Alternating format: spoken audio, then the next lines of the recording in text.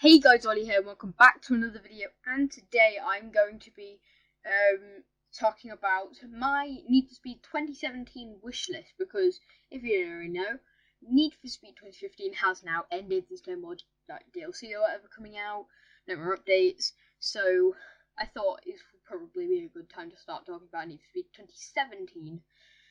Now, my first thing is improve the car list. Basically take out McLaren and Ferrari because they don't really fit Need for Speed, to be honest, do they? To be honest, do they? They're just a bit Need for Speed is more JDM, like, you know, Nissan, Mitsubishi, Subaru, all that sort of thing, and it's not supercars. I mean, Lamborghini I can deal with because they're pretty cool and customizable, but who the hell thinks, oh, I'm gonna take my McLaren and I'm gonna give it new mods and stuff? Like, unless it's proper mods, it's not Need for Speed. It's not natural to upgrade, which Need for Speed isn't upgrading, customizing sort of game, really, isn't it? My next request is better cop AI, because I haven't really got much to say about this, but it's just cop AI is sort of crap at the moment because they just kind of bash into walls and turn around corners and they can't see you on a completely straight road, which is kind of weird. So yeah, that's just that.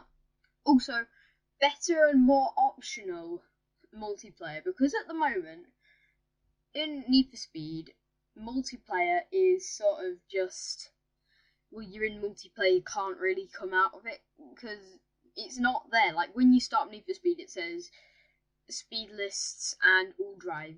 There's no offline, like play alone sort of thing. And even when you're playing alone, you can't pause for some reason, which is a bit odd. That's mostly why the online should be more optional, because, you know, you can't pause. Also, PvP events, don't just do races and that, which you already do in the main game, because it's not that exciting. Do things like crown and elimination and infected and that sort of thing, because they're actual fun, like, sort of things that you can do with your friends, not racing around like you do in the rest of the game.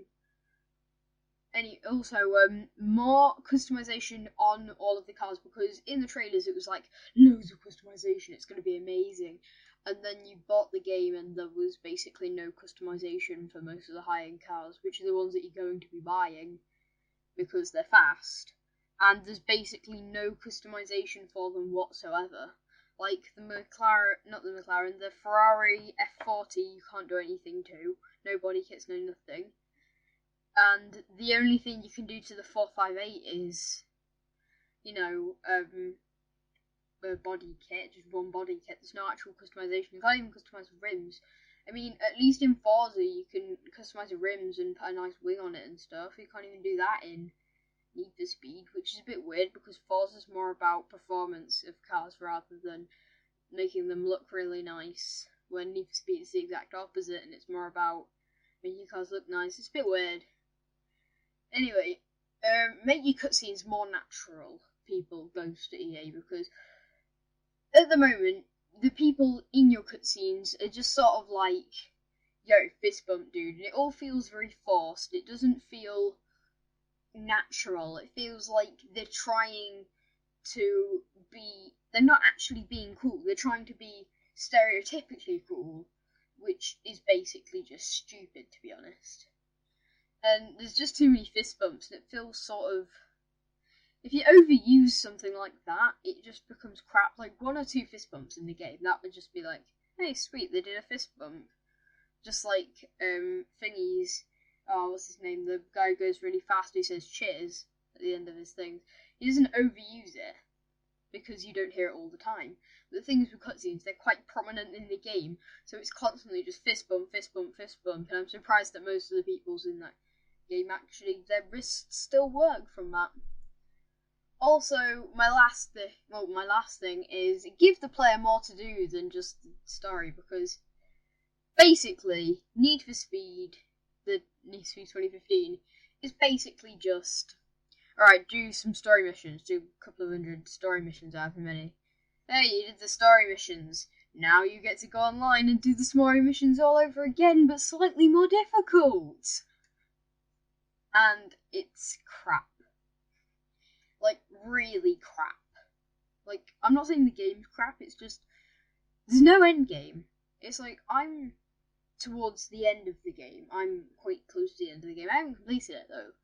Because I don't feel any reason to actually go any further, apart from doing the aiming missions, which are hard as balls at the moment. Like, there's no reason for me to do any of the missions, because I don't get anything out of the rest of them. Apart from maybe the DLC, what's called it, DLC. What's his face? The one with the R34. Eddie's challenge. But that's it. That's everything to do, basically. And you can't, like, buy all the cars. Like, at least in Forza, you can, like, do the thing, and then you do multiplayer, and you can buy the cars and that sort of thing.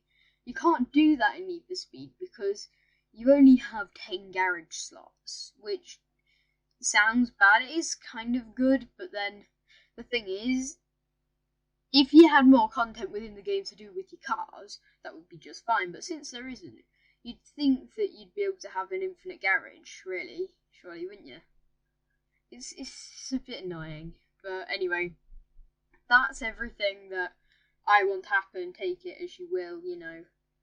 Whatever you want, you know, just post in the comments if you have any better ideas. And, you know, if you are friends with anyone from Ghost or whatever, maybe pass this on, because might actually help. Anyway, thanks for watching, and I will see you all next time. A goodbye.